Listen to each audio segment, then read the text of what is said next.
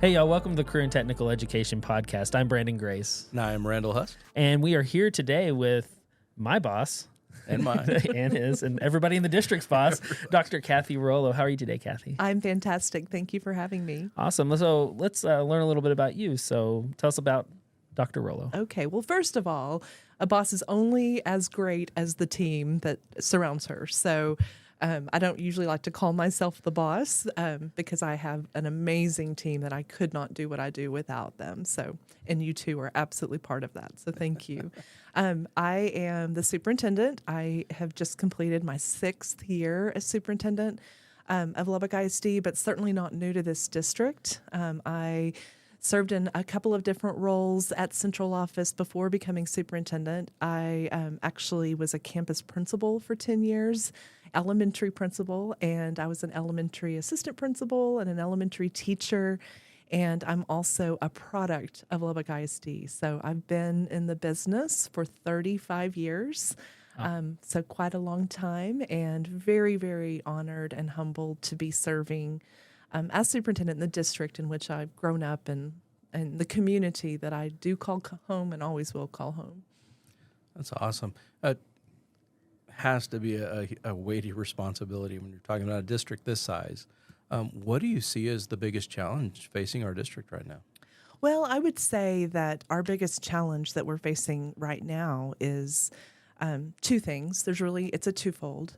One is just in Texas right now, our legislators have not stood up and supported public education. And with the inflationary cost and everything that that you face in your homes when you're buying groceries and filling your cars up with gas, we see that at the district level as well. And we just completed a legislative session with a record surplus of money, and education received very, very little because of other agendas that people had. So I would say lack of funding support, particularly in the state of Texas right now. And then the second biggest challenge that we face is the teacher shortage. And it's not that we're seeing a mass exodus out of the profession. You hear that in the media. That's not what we're experiencing. It's the normal rate of attrition. But what we are experiencing is a lack of people going into the business. Mm-hmm. And so those are the two things that keep me up at night right now. Wow, I can imagine. I had the opportunity this year to serve on the Budget Development Committee. And so getting to see all of the different aspects of the budget, how much goes into it, and how much of a shortfall we've had just because of governmental changes and different things like that. And it's like, it's scary. I can see where we would keep you up It's a in big that. challenge. It really is. For sure. Yeah. The teacher shortage, that's a huge thing as well. And I know we have in career and technical education, we have been doing alternative certification processes for a long time. Yes. And probably doing it fairly well. I like to think I'm a product of that. But I can imagine that has brought with it some more challenges as well.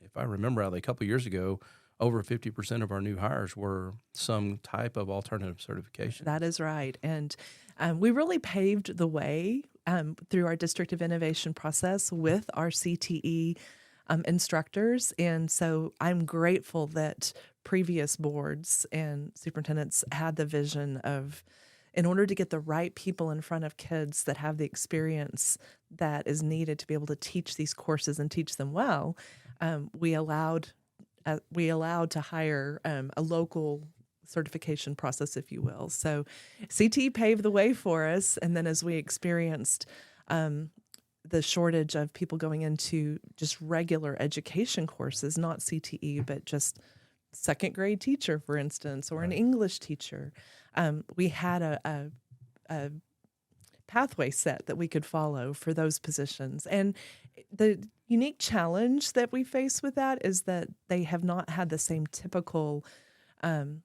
training around pedagogy. And so just making sure that we are differentiating our professional development opportunities to provide support around that they haven't had in a traditional program.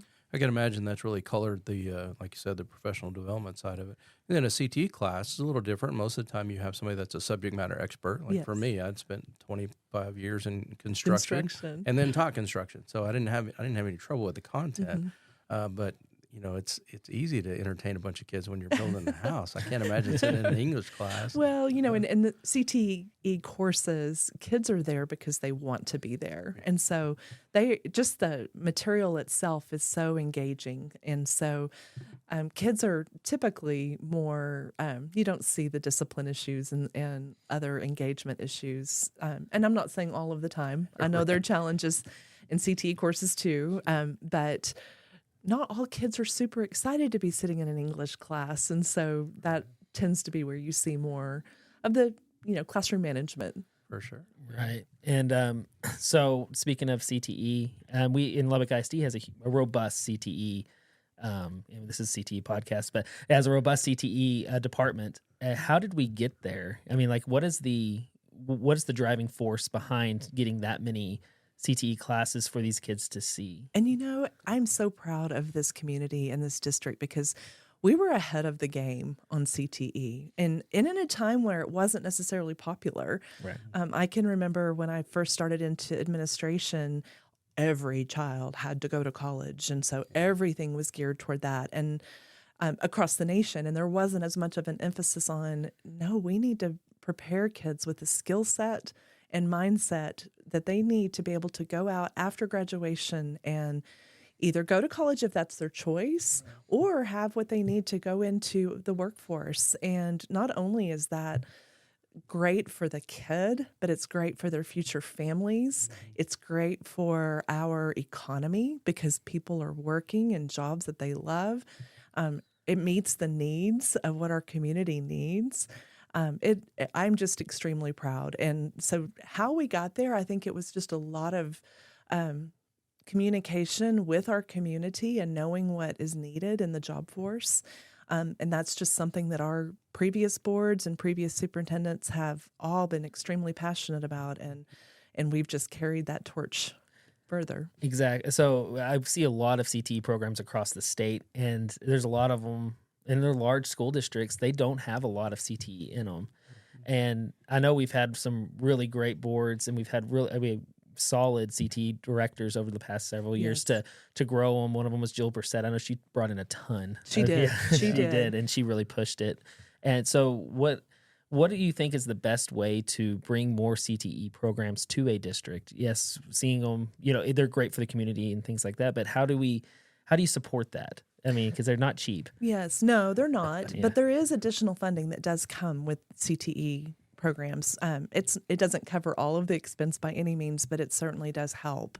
I think one of the things that we have done really, really well that has helped us bolster programming is our community advisories. And so having those community advisories with so many, I think we have over 400 people who participate on those in some form or fashion, and then they go through each of our career pathways.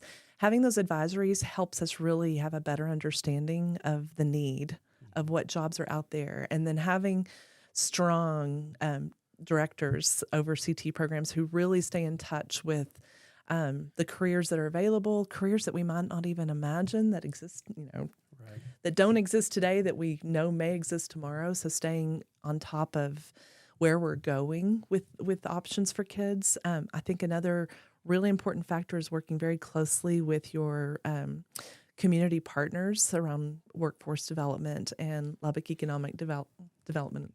All of those organizations, having really tight relationships with those is super important. And we workforce development, Chamber of Commerce, like you said, so many different associations. Everybody wants to be a part. It's so funny, and I know Brandon's experienced this too. Like it's almost a weekly basis where somebody will call and say, "Man, I really need to talk to somebody from industry." All right, we'll sit down, and for the first 20 minutes of the meeting, they're going to tell us the story about how we all were expected to go to college. Yes, when we were growing up, and it's like we lived this. Man. This is every day, and it's funny that so many people are just now coming to that realization, and so it's so amazing to see. And we had Michelle Pionzik here talking about AgriSTEM a few weeks ago, And one of the things she talked about the AgriSTEM Center was the vision of our leadership and your vision and those that have gone before you as well. I know you stand on the shoulders of other folks as well. But that really rang true. You know, part of the reason that our CTE programs are so strong is because this district has been open to listening to our community, has been opening to trying new things. You mentioned jobs we don't even know. Who knew that one day there would be people flying organs on drones? Yeah. And so what do you think we're doing? Well, we're beefing We're up our teaching drone kids program. yes. Exactly. So, you know, those kind of things that are just coming along. Yes. How hard is it as a superintendent? I know, you know, obviously accountability is the big news, right? And so as a superintendent, I can only imagine, because so much of an accountability score is based on really what you would call core classes and, you know, those STAR scores and all those kind of things. There can't be a tremendous amount of bandwidth left to deal with CTE. And yet I feel like, we feel very supported. How hard is that for a superintendent? Well, there's one thing that's part of accountability that I think is absolutely, I don't love everything about our accountability system, but the fact that we are held accountable to make sure that kids are college, career, military ready. Right. And so that indicator, that part of accountability is something that hurts a lot of districts. And so if for any other reason, expand your CTE offering so that you can hit the mark on your CCMR for accountability. Really, that's not why we do it. We do it because it's good for kids and it's good for our community. But we are held accountable to ensure that kids are completing career pathways. And that is held to the same regard as taking their STAR test. Right. I am so glad to hear just that perspective of knowing that not everybody's cut out for college. Interesting statistic that we've come across that basically 80% of the jobs out there don't require a four-year degree. And it's like, you know, we've been telling 90 to 100% of the kids to go to college all these years. So it is pretty cool that that's come full circle. And that also means legislation. It also means more money flowing into CTE. And so that's a great thing. I know just being able to see the grant side of things, it's like, okay, if I've got a teacher that needs something, I feel pretty confident I can find the money for that. Right? So there's no telling where it'll come from, but we'll find it. We'll find it. So yeah, and just like seeing all the different school districts and stuff, it's just been, even across the nation, and the support that Lubbock ISD has for us has been really great. And it's really just trying to grow the vocational education, the old school vocational CTE, whatever we want to call it, to make sure that we have a workforce that's building us, having community partnerships, having those, a buy-in from the community is going to do that. And then we start talking legislature, and we have a lot of support for CTE in the legislature, but we don't have a lot of support in public education for them. That's not just here; it's across the nation running that problem. How can we gain that support back? I don't know. This is just a random question. I just like, how can we bring back public schools good? I know. Yeah. And I think CTE is the perfect example of why public education is so incredibly important as a cornerstone of our democracy, of our economy. There is, right now, and not to be political, but vouchers are a true push in the state of Texas. I don't know of a private school that offers anything even remotely close to the opportunities our kids have in CTE in a school district. And Lubbock ISD, but districts across the state are doing their very best to offer, everything they can to help support kids in their careers. So, yes, public school is where you're going to find this, and kids can graduate, as you guys very well know.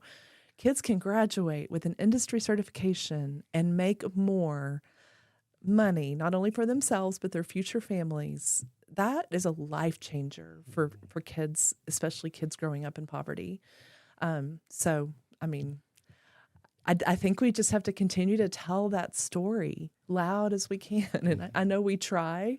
I still, every time we do a tour at the ATC, there are people that say, "Oh, I wish I'd had this when I was in school." Or, "I had no idea this even existed." And so I'm really proud of our team here in our district for, getting not only 8th graders exposed, because CTE starts much earlier than that, but 5th graders, all of our 5th graders are coming to the ATC and to AgriSTEM to see what is going to be available to them when they do get to high school. And so I think we've got to just continue banging that drum and sharing our story. We had a community partnership forum breakfast last week, and I shared a lot about CTE and what we offer. It's amazing to me. And kind of like you said, it's like, however you feel about vouchers, I get it. But if you want to talk comparison, I don't know any charter school, I don't know any private school that can offer the things that we're offering. And personally, I think when you have that argument, if you want to have it, CTE is where the buck stops, because we just can offer so much more. And for whatever reason, whether it's funding or whatever that looks like, you're just not going to get that. Well, there are people out there with a political agenda to shut down public schools.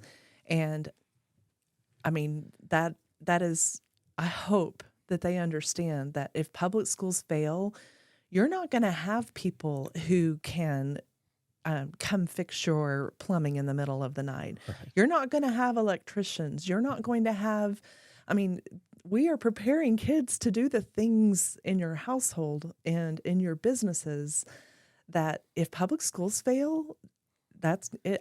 There's a bigger implication that I think these people are not considering. Mm-hmm. And sorry. Sorry. So one thing that I've always, whenever people bring up that whole thing with vouchers and, possibilities of, there's chances that public school could shut down if they go through it, all the political stuff that's going on. My whole philosophy is, why don't we just fix what's there? It's like, it's not just try and redo the whole thing. It's not reinvent the wheel. It's here. Now, if you see problems with it, let's fix it and then use what we have, because the establishment's already here. Absolutely. We have CTE we have career and technical education already in place. We have special education. We have all these resources that are required already in place. And you go to some private school districts or schools, and they don't have these things. They don't. It's like, so why would we want to get rid of this and then have to reestablish everything we've already done and throw all this money back into here? It's just mind blowing. It really is. Yeah, I agree. Yeah.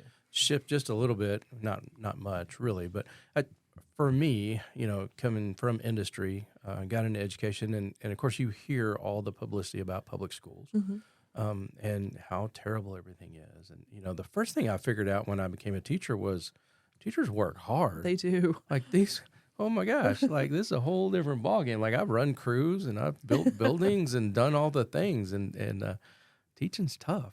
And we've seen teachers that maybe come and last a year because teaching's not for everybody. But the other thing I saw really quickly was that teachers spend so much time planning and preparing and thinking about every little child that's in their seats. They're not just talking about, in my case, building a house. Like you're thinking about how you're going to help this kid who might have dyslexia figure out how to build a house, or this kid who's an IB student, contributing in their way to that building a house. Teachers are just amazing creatures. They are. And then when I stepped into this role and I got to start observing classes, now it wasn't even just my little world. Now I started to see all the things that are going on. And I'm like, if people that were totally against public schools just for a day came and hung out, and everybody I talked to is like, oh, private school, whatever. And I'm like, just come by. Absolutely. Come tour. Absolutely. Teachers are heroes. They truly are.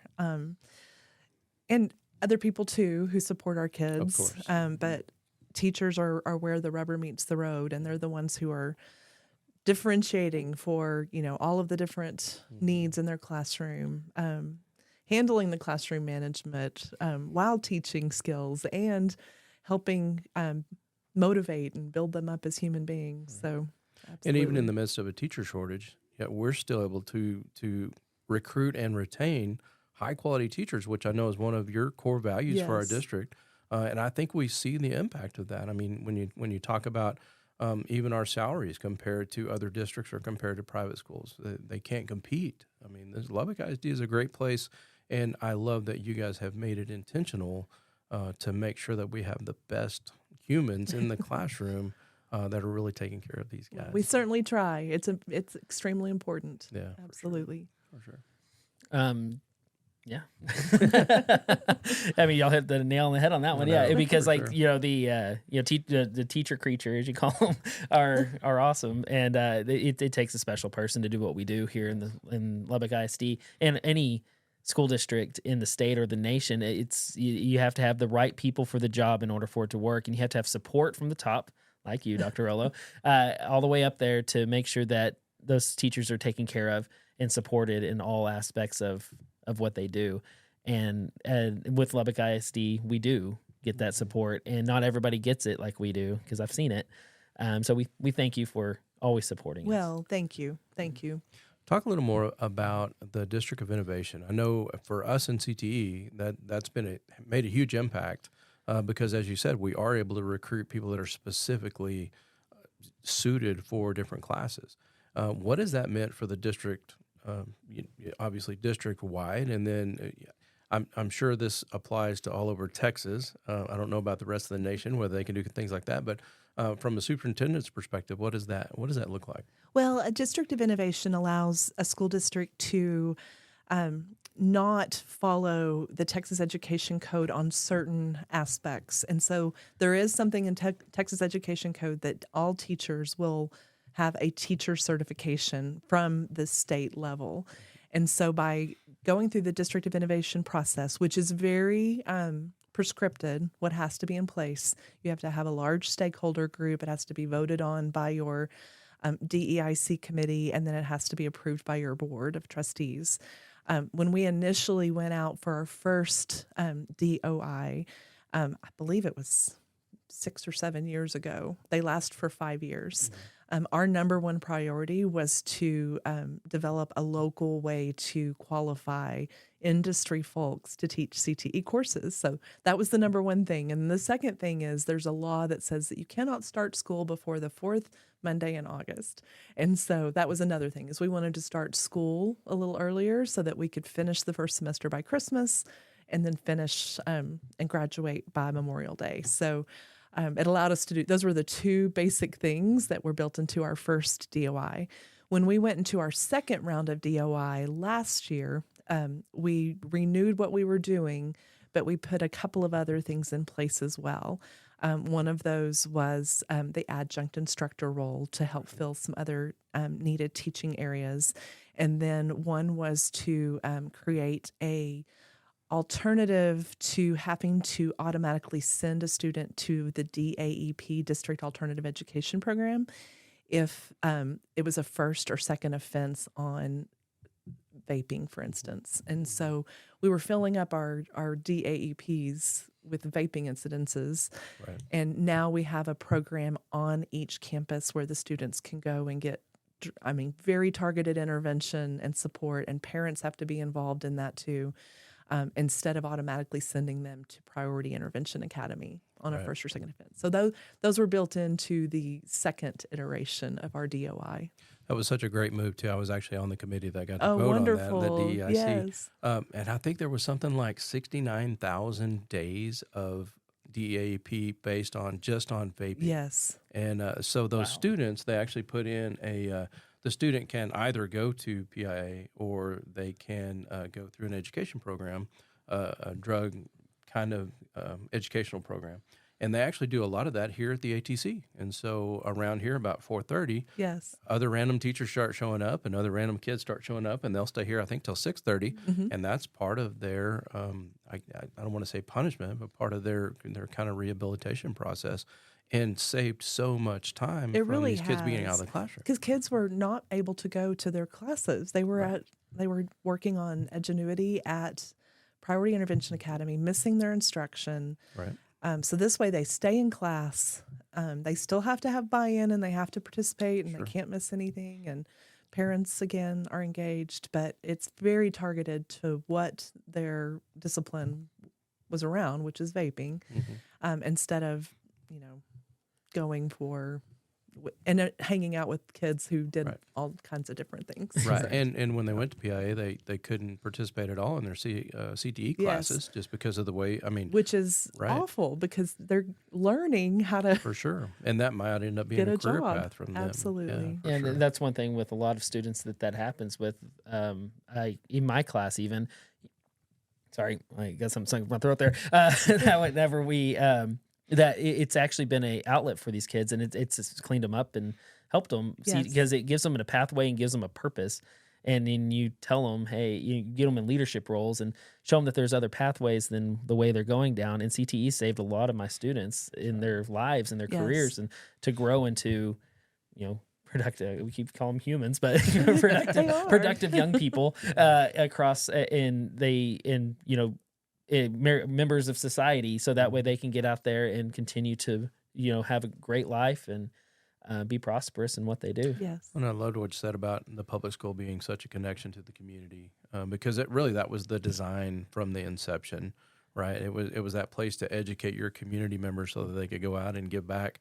It was supposed to be full cycle, and somehow we got way too political on that whole thing. But I love to see that's your vision as well. Well, and one thing I love about our model, and again, kudos to people who were trailblazers way before me, but having a centralized place for the higher level CTE courses, I think has truly made a difference for Lubbock ISD in particular.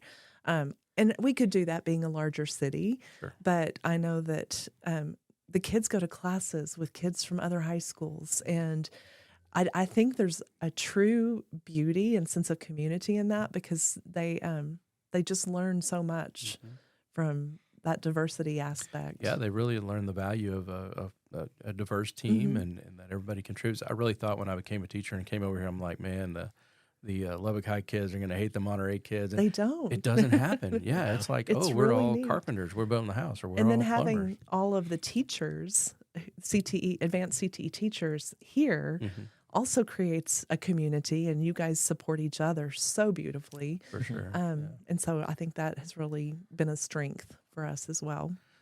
Dr. Rollo, thank you so much for giving your time. Is there anything else that you would like to share with the folks that might be listening to us today?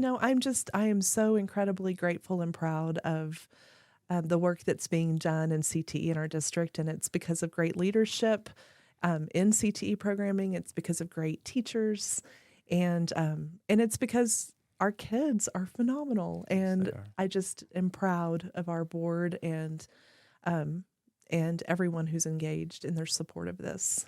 That's good.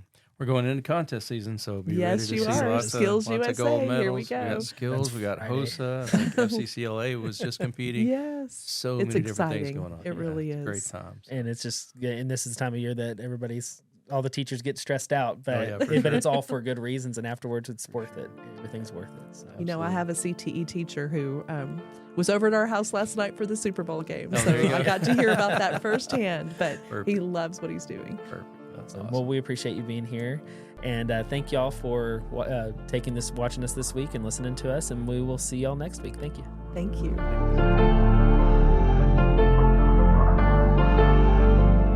You can watch and listen to all episodes of the CTE Podcast on Spotify, Amazon Music, YouTube Podcast, and LubbockISDTV.com.